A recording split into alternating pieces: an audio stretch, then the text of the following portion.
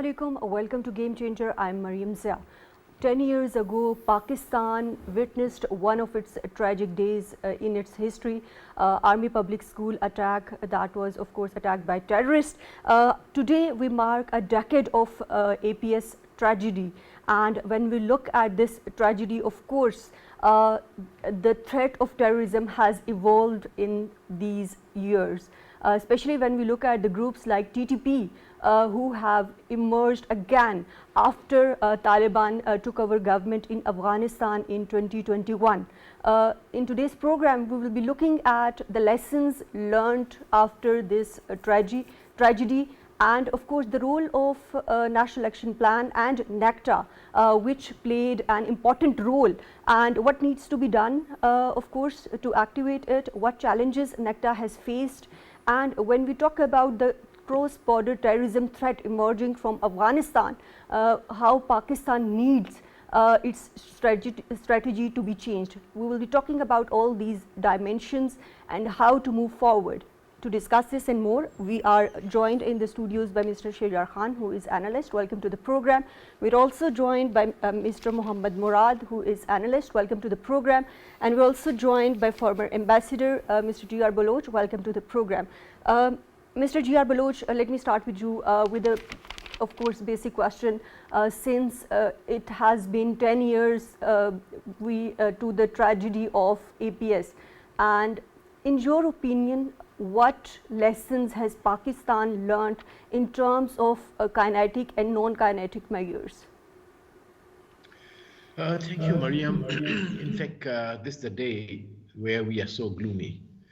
In fact, that tragic incident which took innocent lives, especially the innocent lives of those children who had come to the school to study, and what the parents got were unfortunately, the shahadat of those children.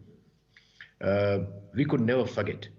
The nation could not forget this tragedy. And believe me, it is right from Peshawar to Karachi that the pain is felt. It's very interesting that you asked me this question. This morning, I received a picture from interior of Sindh. Probably you won't know the name of that area. That is very interesting because I remain in touch as a volunteer with the schools. Those school children had put up they express their anger, still continued anger on this. They drew some pictures of that incident.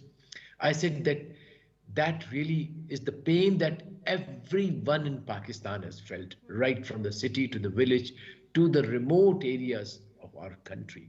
That's one thing very positive, and that gave me really a lot of encouragement that yes, we cannot bring those shaheed back to life, but at least there is a consciousness of the challenge that Pakistan faces right at that level that we see.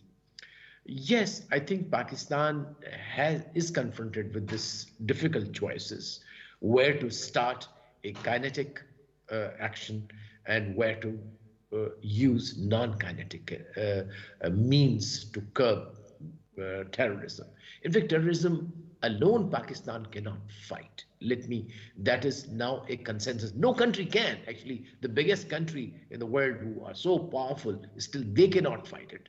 So it has to be a regional effort, first of all. In fact, a global to start with, and then regional approach. And then obviously we, as far as specifically coming to Afghanistan is concerned, there are several tools that are available to us. I think the most effective, primary and indispensable tool is the engagement and negotiation and the use of diplomatic channels. Right, Mr. Baluch, we will be elaborating on that. But Sheharyar, coming to you, when we talk about this tragedy, of course, like Mr. Baluch also alluded to, this is a collective heartbreak of a nation.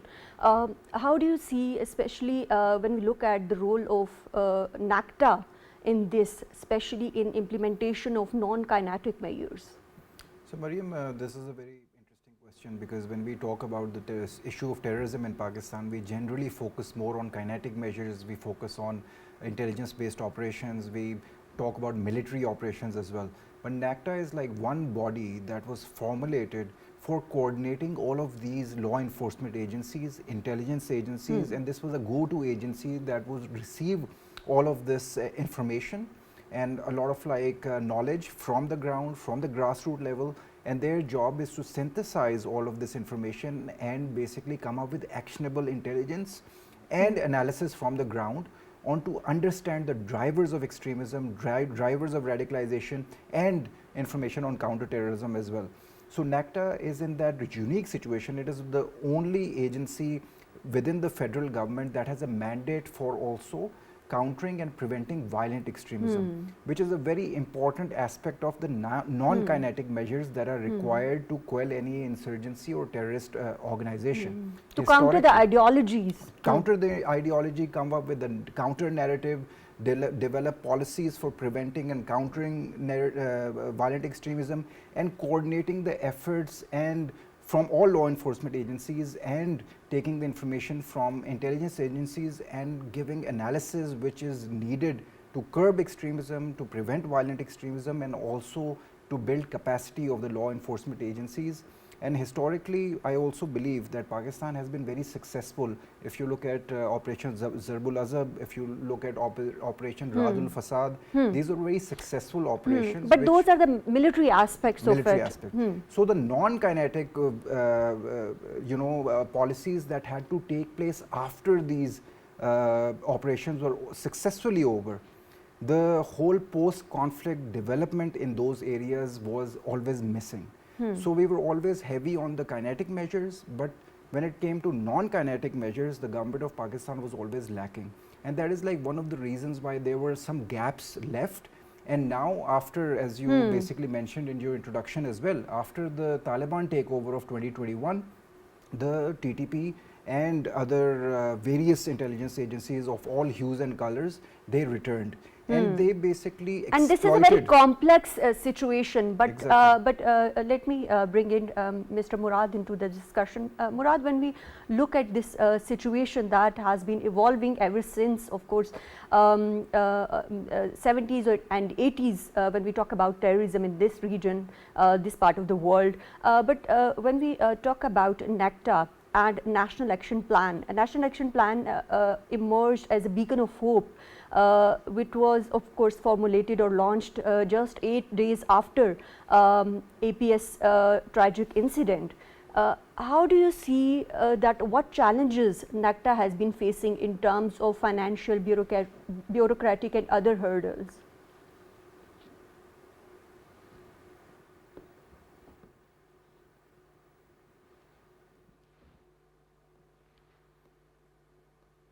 Right, we have some technical issues in connecting to Mr. Murad. So, Sheharyar, let me bring the same question to you. What's your take on this about NACTA and the challenges it has been facing in terms of implementing and implementation of those non-kinetic measures? So, Maryam, when it comes to, I'll take the discussion back to August 2021 when the Taliban took over power. As soon as the US and the NATO forces left Afghanistan, and this vacuum was basically taken over by the Taliban. And under the guise or under the umbrella of the Taliban, these various terrorist organizations, they got like a lot of encouragement. And they basically felt there was this like narrative emerging from these terrorist organizations that they've defeated a superpower, and that superpower left, and it emboldened them and gave them encouragement. So these terrorist organizations, they basically decided to use those same strategies or policies towards the state of Pakistan. And then since then there have been like a lot of like cross-border infiltrations, various terrorist attacks in Pakistan since 2021 have risen year by year. And that obviously, you know, we can the government of Pakistan, security agencies, they are dealing with that issue, but like mostly it's like intelligence based operations and limited operations on the border areas, former FATA, and even like Balochistan as well, where there is a different sort of insurgency.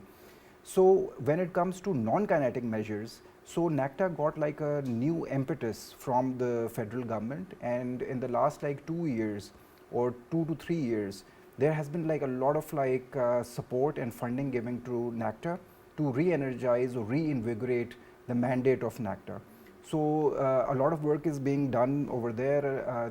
Recently launched their national counter prevention of counter extremism policy, which is a very key tenet when it comes to prevention and countering violent extremism, and it basically is very holistic.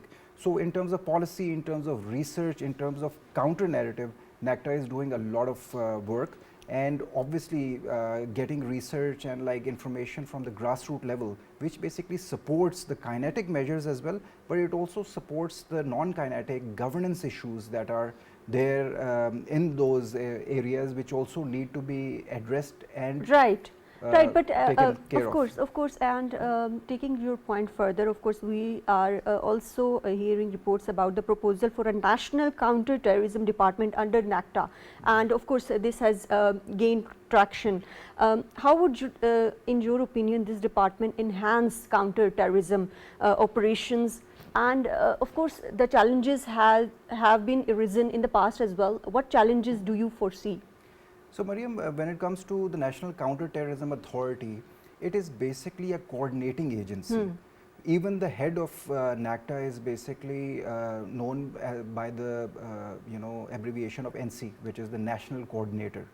So the role of NACTA has always been coordination, research, policy development, policy implementation, and prevention and countering violent extremism. So it's not an agency that would take actions in terms of kinetic or counter terrorism in the hard sense of the word.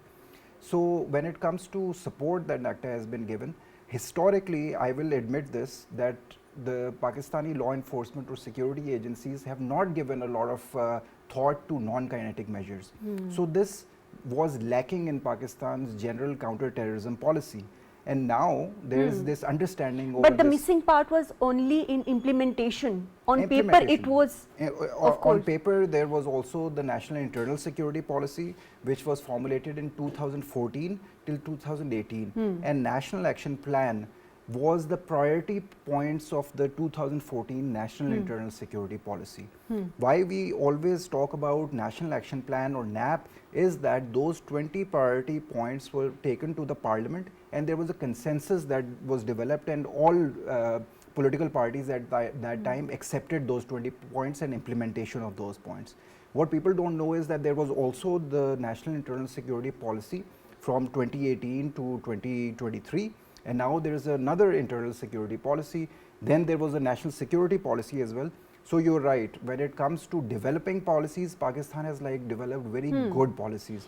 We have been lacking when it comes to implementation of those policies and resource allocation. And what are the issues, of course, that hinder the implementation? We will be coming back to the point. But Mr. Murad, when we look at this APS tragedy, of course, we know that TTP accepted that they were behind this attack, and of course we know that those terrorists utilized the porous border of Afghanistan. In your opinion, how and what measures has Pakistan taken so far in securing the border with Afghanistan, and what challenges still remain? First of all, I'm really thankful, Maryam, for having me, and I'm really sorry for some technical glitches that I was facing through my interview. This is a very central question. I believe that controlling the terrorism that is emanating from the cross-border is not so simple. It's quite hard, because when another state is involved, then it must be, another state must be taken on board, and it must be cooperative at the same level. If you see in case of Afghanistan, there are a lot of splintered organizations in the guise of transnational group like TTP, ISK, Turkestan Islamic parties, and there are so many who are operating freely in Afghanistan. There are two primary reasons why Afghanistan is being failed in covering up or taking care of all those things. One is the poor socioeconomic condition in Afghanistan, and another reason is the security procedure that Afghan Taliban regime is taking up is not sufficient, or is it not up to the mark that means successful in combating those group operating cross border. Another very important factors that I need to mention here is that Pakistan basically have has a very long border with Afghanistan, which is very hard to cover. So, engagement, as G.R. Baluch said, is very important. That Pakistan need to take the Taliban regime on board and and make them convinced that the real factor that Pakistan is basically concerned is the terrorism, which is being emanating from the Afghanistan side. Taliban regime, Taliban is still adamant and not agreeing with this with this proposition that Pakistan is claiming. Even Tajikistan is basically claiming that terrorism is coming from the Afghan land. Even China is claiming, but the Taliban regime is not accepting this reality. And Taliban, if they claim itself to be an established regime, they must accept this loophole in their system, which is very obvious, and which is very Right. open to the international community as well. Of course, of course. Let me take the same, of course, question to Mr. G.R. Baloch. Mr. G.R. Baloch, like other participants also alluded to that following the takeover of Afghanistan by Taliban in 2021, there has been resurgence of groups like TTP that are causing serious threats not only to Pakistan's internal security but to global security as well. So, in your opinion, what kind of leverage, if any, Pakistan has in pushing Kabul to address this issue and not providing safe havens to these groups? Uh, yes, I think there is a new dynamics this time when Taliban came in.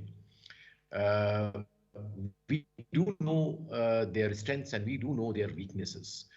So what happened was that those void that was created after the sudden withdrawal of the U.S. troops and and sudden collapse of the Afghan regime that time, that space was kind of filled up by those splinter extra regional actors or non-state actors which were there.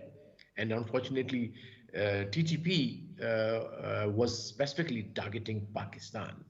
And we won't go into the reason as to why and how this TTP came into being. But sure enough, what we can do is to address this issue from the point of view of what Afghanistan and Pakistan can together do it. Definitely, we have, as coming to your specific question as to what leverage, we definitely have a lot of leverage. One is, as I said earlier, diplomatic. Then, of course, is the engagement of all the stakeholders in Afghanistan. Even we should talk to the opposition parties there, so that there is some kind of a leverage and a pressure on Taliban for collaboration and cooperation. Then perhaps we should make them realize that it will be simply in their interest if Afghanistan is stable, if Afghanistan is not a safe haven for the non-state actors, that Afghanistan territory is not used for any terrorism. That way, there are several avenues that can open up. The TAPI, the Turkmenistan, Afghanistan oil and gas pipeline can come up. There could be some more incentive that we can really offer to Afghanistan. And also, I think we have to be also more proactive in helping Afghan Taliban in developing their capacity, because there is an issue of Afghan regime's capacity to confront and to control these. So perhaps we could, like Nacta can undertake. I think that, as you were asking other participant about what Nacta or the anti-terrorism authority can do, I think one of the component should include as to how Pakistan can enhance the capacity, overall governance capacity of the Taliban regime, specifically with regard to security and the border management. I think the key is the border management. Obviously, it's a very, very long border, and it's a bit tricky for the past several decades. But somehow we could come up with this some mechanism. In obviously we have to seek the cooperation of Afghanistan. We cannot be all the time on a dragons drawn with a regime which is not in control. So it needs to be Right. brought in on the table. Yeah, yeah. Right, and Sheharyar, when we talk about border management, in your opinion, how effective has been the construction of border fencing, and what challenges still remain, and what Pakistan needs to do? So, Maryam, when it comes to effective border management, given the size of the border, it's very difficult to man this border when it comes to any conventional, forces or like manpower or like the amount of resources that are required to man a border of this length and size. It's challenging for any given country. And the comparison I always give is between the US and Mexico border as well. And with US, with all its like resources, and at its disposal, it has never been able to fully control that border in itself. So for a country like Pakistan going through a financial crisis, it is very difficult to man a border, even if there is effective border management there in the first place. The other point that is also very important is the amount of weapons and the type of weapons that were left by NATO troops that are now under the control of the TTP and other terrorist organizations as well.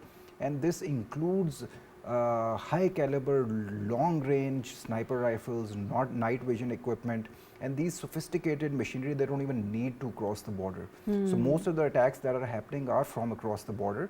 And obviously there are like areas which it's a very difficult terrain. It's like the geographical location and the geographical way this area is like spread, it is very difficult to man it in the first place.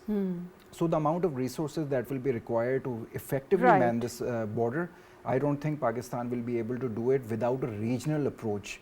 And I always like keep on saying it at various different like forums that Pakistan is lacking when it comes to developing a regional consensus on how to deal with the various terrorist organizations that are operating from Afghanistan soil.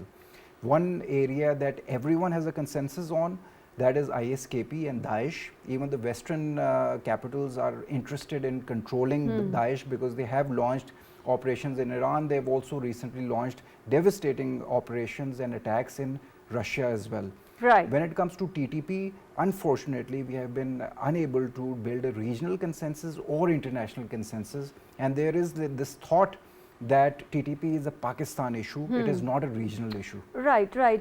But Mr. Murad, when we talk about the evolving nature of terrorism, what do you make of cyber terrorism?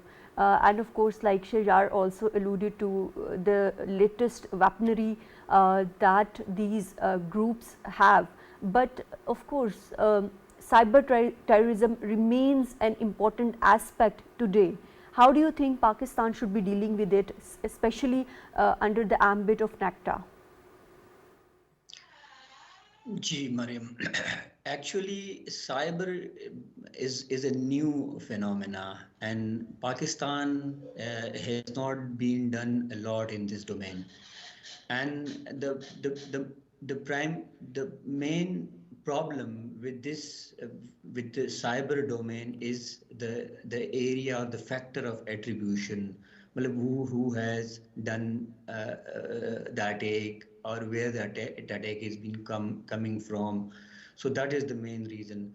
Pakistan has not done a lot in the cyber domain, AI domain, and which Pakistan need to done quite a lot in this area.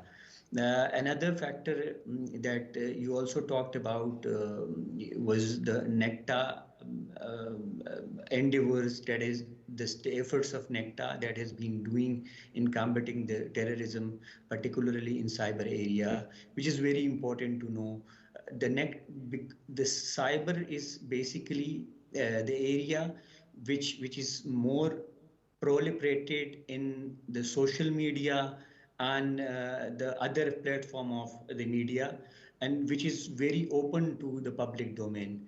And now this is very important to know where, how to manage it and how to coordinate it, how to regulate it. It is very important. And now the state institutions need to look after this area and to regulate the media, social media, and all these things, so that the proliferation has not been done into the hand of those actors which are basically exploiting the information, which are basically infiltrating misinformation, fake news among the public.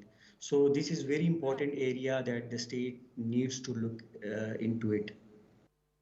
Of course, and we have to deal with this threat as well. But of course, Pakistan is fighting this threat of terrorism on multi-dimensional levels. But Mr. G.R. Baluch, coming back to the question of Afghanistan, and like you earlier alluded to, the inability of of Afghan government to deal with internal issues.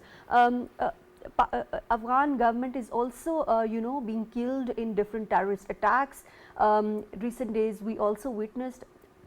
In this context, how do you think they are going to be dealing with coordinating with Pakistan, and of course providing cooperation to other regional partners in terms of counter-terrorism measures or counter-terrorism efforts?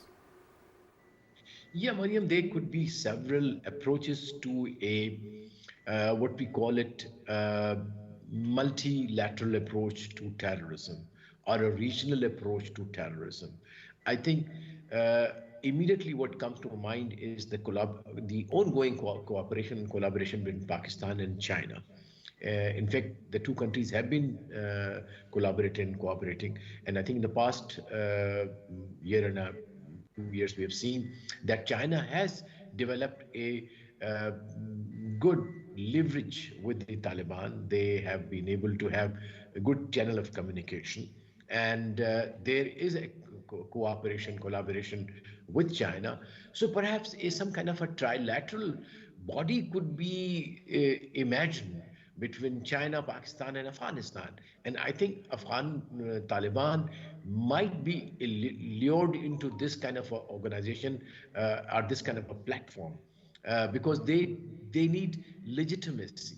Their biggest now deficit is legitimacy. So we could even leverage legitimacy, that if really the Taliban cooperate, we could assist them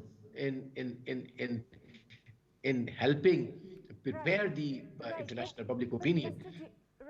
Mr. Jia Baloch, talking about multilateral organizations, of course, such forums already exist when we talk about SCO and other such organizations. How to make those functional? Because we do know that there are counter-terrorism, of course, panels or forums within these platforms as well. Yes, of course, that is where I thought that dialogue has to start. In fact, OIC, UN, and all of that. But ultimately, I think it is Afghanistan and Pakistan, as far as the terrorism which emanates from Afghanistan, targeting Pakistan. We have to talk to each other. After all, Afghanistan is our neighbor. As we say that we cannot choose neighbors. They are there, they exist. We have to deal with what they are, how they are. So I think with this perspective, we have to approach terrorism now emanating from Afghanistan. In fact, there could be a possibility of looking at it, how those terrorists are able to get finances. Supply of arms, of course, it was mentioned that the supply of arms which was left behind by the Americans now in their hands, but that will be possibility. So I think we have to leverage positive initiatives with the Taliban by engaging them in talks, and of course there could be another coercive leverage as well. Say we have a bilateral trade, the transit trade we have it, so we could squeeze a bit and keep opening up as they collaborate and cooperate. Then we could engage them in certain other development, as I mentioned, development projects which will come through Afghanistan. And also, I think there is a lobby, there would be a critical mass within Afghanistan which does not want to be still in a continued mess. They want a normal Afghanistan to emerge. So we have to really tap that segment of the Afghan society, Afghan elite, and common Afghan people. So I think Right. we have to also win a war of narrative within Afghanistan, where Pakistan, unfortunately, is being portrayed as very negatively. I think let's be very frank when talking to each other. Right. There Of are course, images. and we need to do more when talking about these counter narrative measures. But at the same time, Mr. Murad, when we talk about these terrorist networks operating from Afghanistan, how crucial is tracking the financial aid that they are getting, and what challenges Pakistan is facing? Actually, it is very difficult to monitor or to check on those support that those non-state actor is getting from the other elements. But what we need to do is just to make ourselves protected shields from their incursion, and that is the the the, the foremost measurement that we should do, and that is to protect our border, to as Sheharyar said that manning a border is quite difficult, but increasing the choke points and across the border is very important. Like at the moment, we have just 8 points in the border that that basically continue the infiltrations and the movements across the border. We need to increase it up to 20 or even more, because considering the length of the border. And another very important thing is taking the international community on board. Those who are taking keen interest in the region, particularly China, Russia. Even we should take India on board, and all those countries who are directly concerned to the region, to take part and take initiative steps to look after these incidents. Because the non-state actor is not just a problem for Pakistan. As we also discussed it earlier, that Al Qaeda is operating, ISK is operating in Afghanistan, and even those elements who are more concerned for the Central Asian republics, they are also operating in Afghanistan. So all these stakeholders, they should be taken on board and should take a regional approach to this Right, to right, handling this. right. Let me take the same question to Sheharyar. Sheharyar, we know that a national task force on tracking financing for terrorism was formulated, and it works closely with Nacta. What challenges does this force has been facing, and how can Pakistan increase its effectiveness? Because of course this remains the finances for these networks to work remains an important and crucial issue. So Maryam, when it comes to terror financing, there has been a lot of work, and there are like various task force, and you remember like recently Pakistan has just come out from the grey list of FATF as well. And when Pakistan was facing this international pressure on curbing financing, terror financing, and like various different organizations, then Pakistan basically came up with various policies implemented through various different ministries on choking terror financing as well. Other than that, a lot of legislation was basically formulated, and then policies against hawala and hundi and informal channels of distribution of finances were choked. When it comes to cross-border flow of capital, there's like a lot more that needs to be done, and Pakistan has done that through FIA, other intelligence agencies as well, because there was like a lot of like flow of money, or I would say US dollars, that was taking place between Pakistan's economy and the Afghan economy as well, when there was like a lot of need for dollars in Afghanistan, when a lot of like people were becoming refugees or even migrants, and they were paying a lot of like money to basically leave Afghanistan after the Taliban takeover. Again, a lot of like holistic policy making needs to be done, because most of, I would say 2 or 3 times more is the size of the informal economy as compared to the formal economy in Pakistan. And choking or like basically tracing finances or curbing finances is a big challenge when most of your economy is formal, and most of the dealings in our economy are done on cash basis. So the government of Pakistan, with support of the State Bank and various bodies that you also mentioned, are coming up with various different policies in which Pakistan wants to, one, move away from a cash-based economy to like more digital economy. Other than that, there's a lot of work being done in basically increasing the financialization of people.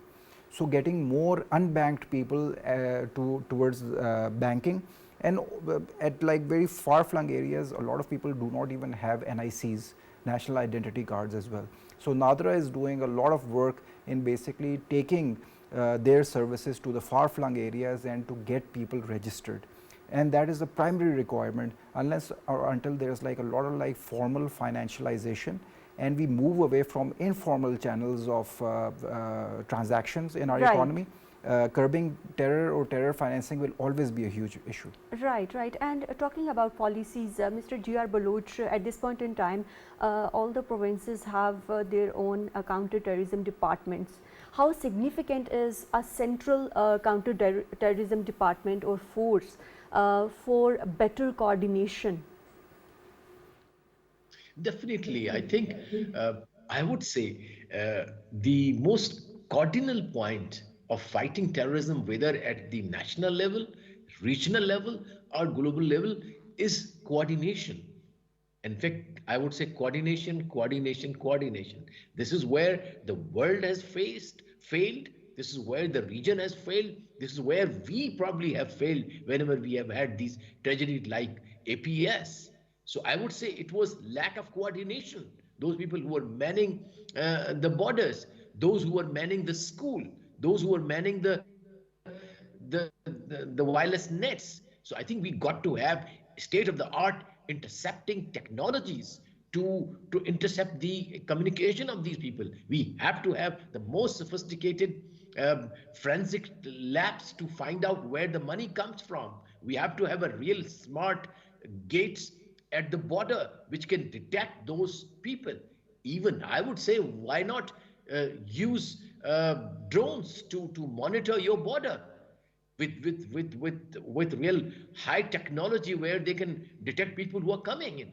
So I think there's a lot can be done. We should have probably a wall of drones, camera drones all along the borders, or at least those choke points where the infiltration takes place. So I think there is a lot of use of like the modern technology, the AI now. Why not use that in analyzing data, how, what time they come, what kind of people come in, and so that we can at least interdict them. So I think the key is interdiction. That is, before they commit the terrorist act, we are able to anticipate them, catch them, and interdict them.